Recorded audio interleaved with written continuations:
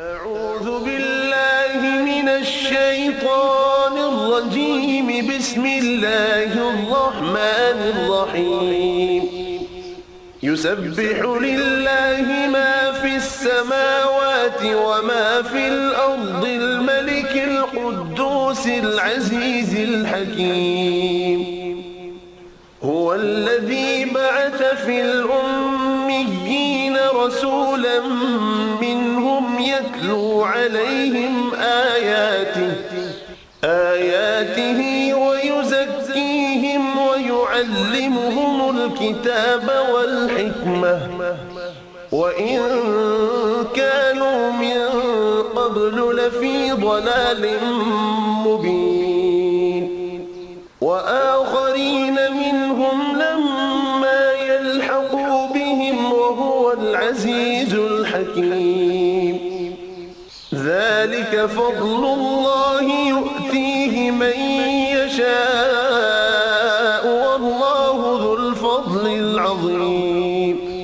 مثل الذين حملوا التوراة ثم لم يحملوها كمثل الحمار يحمل أسفارا بئس مثل القوم الذين كذبوا بآيات الله والله لا يهدي القوم الظالمين. قل يا أيها الذين هادوا إن زعمتم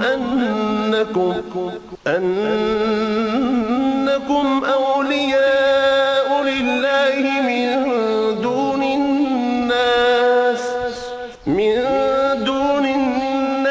فتمنوا الموت إن كنتم صادقين ولا يتمنونه أبدا بما قدمت أيديهم والله عليم بالظالمين.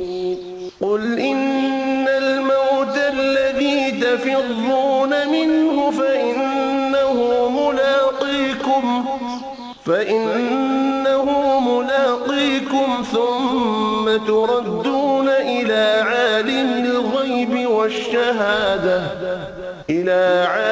الغيب والشهادة فينبئكم بما كنتم تعملون.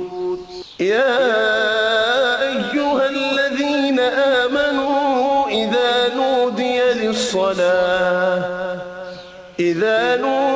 للصلاة من يوم الجمعة فاسعوا إلى ذكر الله وذروا البيع ذلكم خير لكم إن كنتم تعلمون.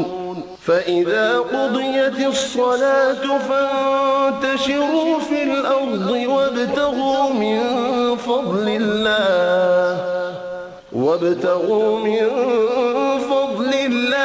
واذكروا الله كثيرا لعلكم تفلحون. وإذا رأوا تجارة أو لهوا انفضوا إليها وتركوك قائما. قل ما عند الله خير من اللهو ومن التجارة والله خير الرازقين. صدق الله